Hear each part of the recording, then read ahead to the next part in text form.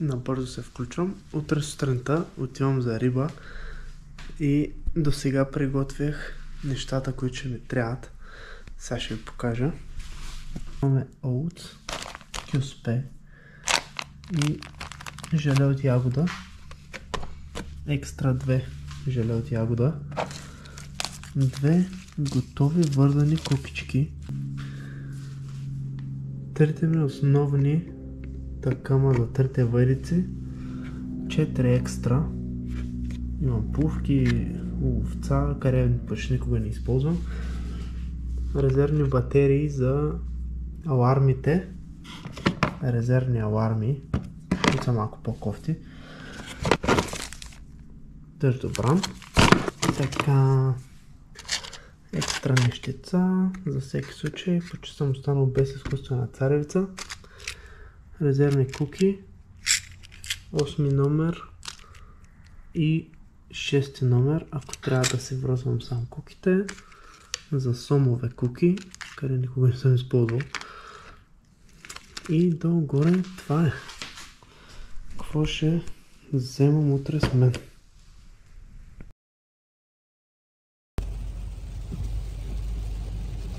Забавно ми е.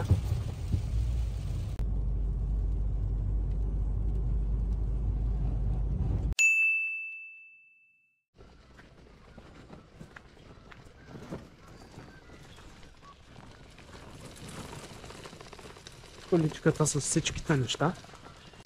Само да не изгубя нещо от количката. Оле. Я да видим табелата какво пише. Виждате, има за сомове, за щука, за бас, за всичко има регулации. Без за шараните.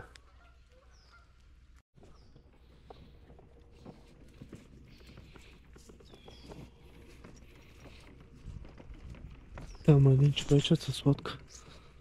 Тук се харесах аз.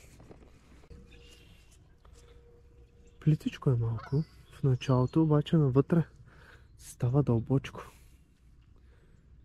Така.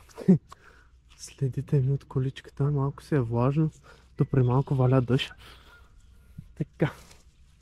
Ами да видим какво ще стане. Преди дори да съм хвърлил въдиците, се захранвам, защото си отнема време рибката да дойде.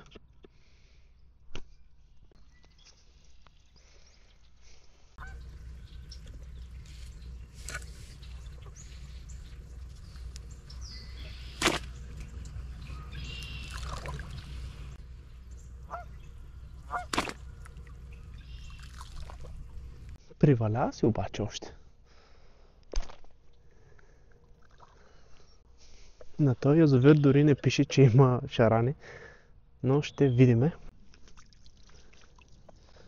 Много е важно, като захраните, да си измивате прашката от сладката царевица, защото изсъхва и тя е лепкава, изсъхва и после се напуква гумата на жилката.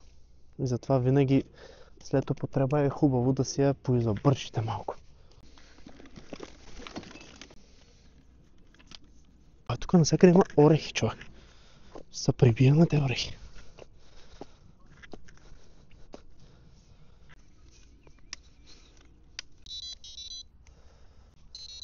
От каквото виждам, брега е доста плитък и ако хвана нещо, ще трябва влизам да го изкарвам във водата. Добре, че не е много студено още. Че е време да почваме и да хвърляме въдиците.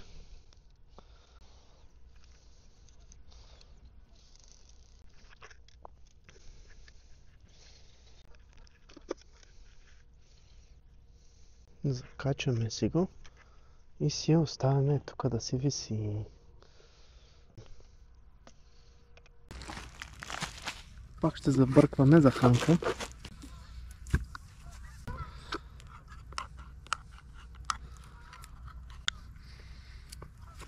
Ръкавички са много важни, като мешате захранката. Започваме с малко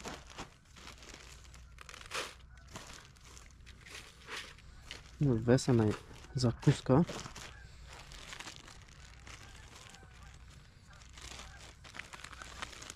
си успе, ще се му сипеме да им.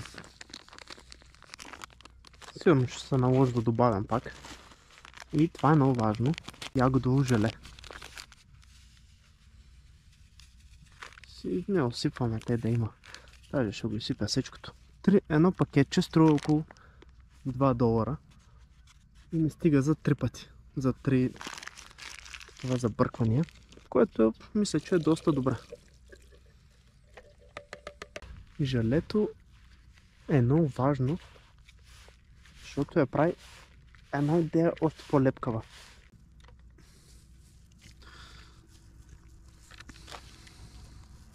Не слагам много. Виждал съм хора да правят огромна топка, е такава, дори да слагат и отзаре. Аз не го правя. Не знам, никога не съм пробвал. Не мисля, че има толкова много смисъл.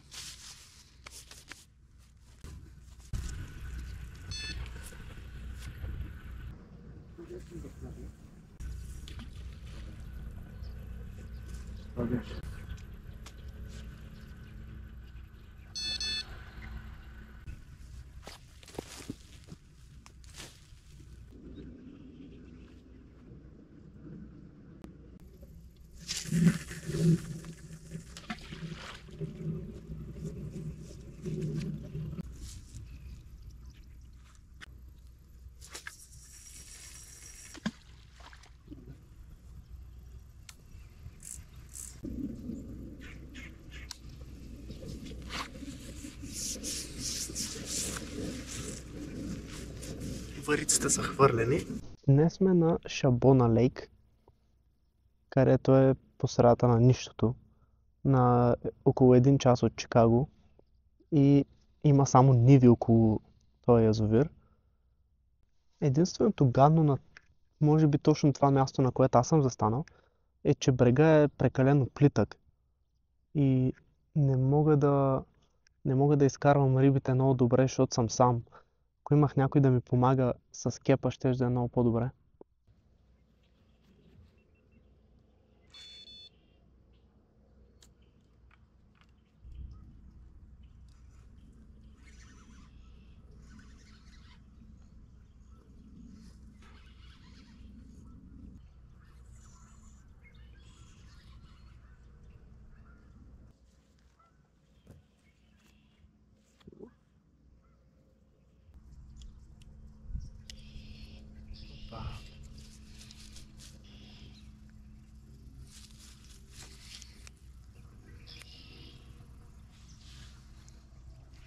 Пускаме го. Аре!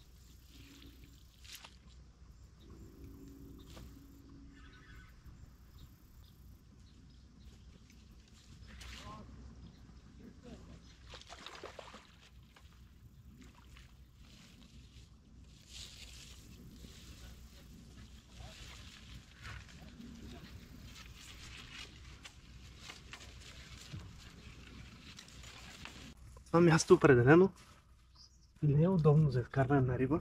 Не знам дали се видя как я изкарвам.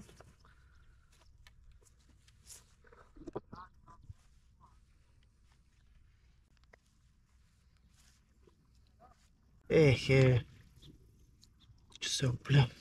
Чакай, Рошко. Много гадни тези перки. Ехе. Малко шаранче. Мане, каква ти няма, брат?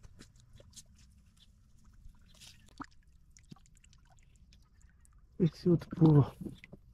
Мале, е такова парче тук що скочи. Не знам дали се чу на камерата. Обаче да, рибата скача, играя си, аз нямам никакви удари. Може би съм ги хвърлил прекалено навътре. Сега след 10 минути ще презаредя валиците, но този път ще ги хвърля много по-навънка, отколкото са в момента. Защото в началото ги хвърлях някъде по средата, точно къде се направих петното. След това реших, хвърлях там около 3 пъти, презареждах на то място. Имах само 2 удара. Реших сега този път да ги хвърля малко по-навътре зад петното, на по-дълбокото. Нямам никакъв удар от половин час. И следващия път, точно преди да се тръгна, ще ги хвърля по на брега. И ще видим дали нещо ще излезе там. Току-що той шаран скочи на има-няма 10 на метра от брега, където е не повече от 30 см дълбочина, което е малко странно. Но ще видим.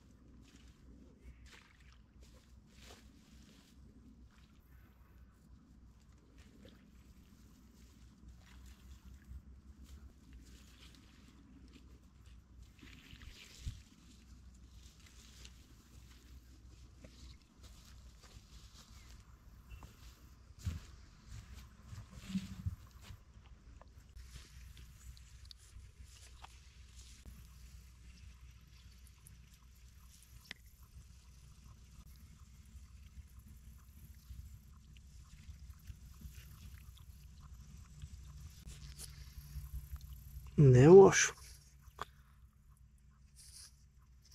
Нека да го пуснем в водата.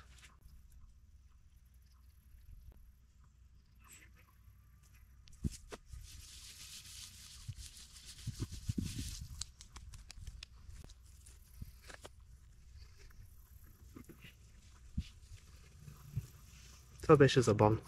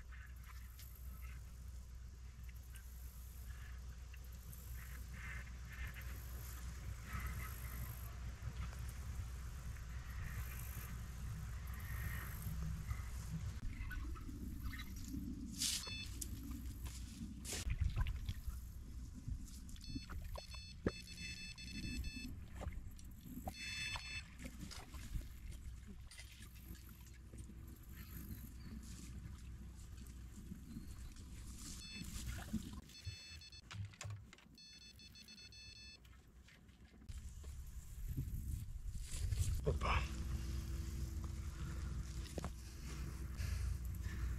Никак не е зле.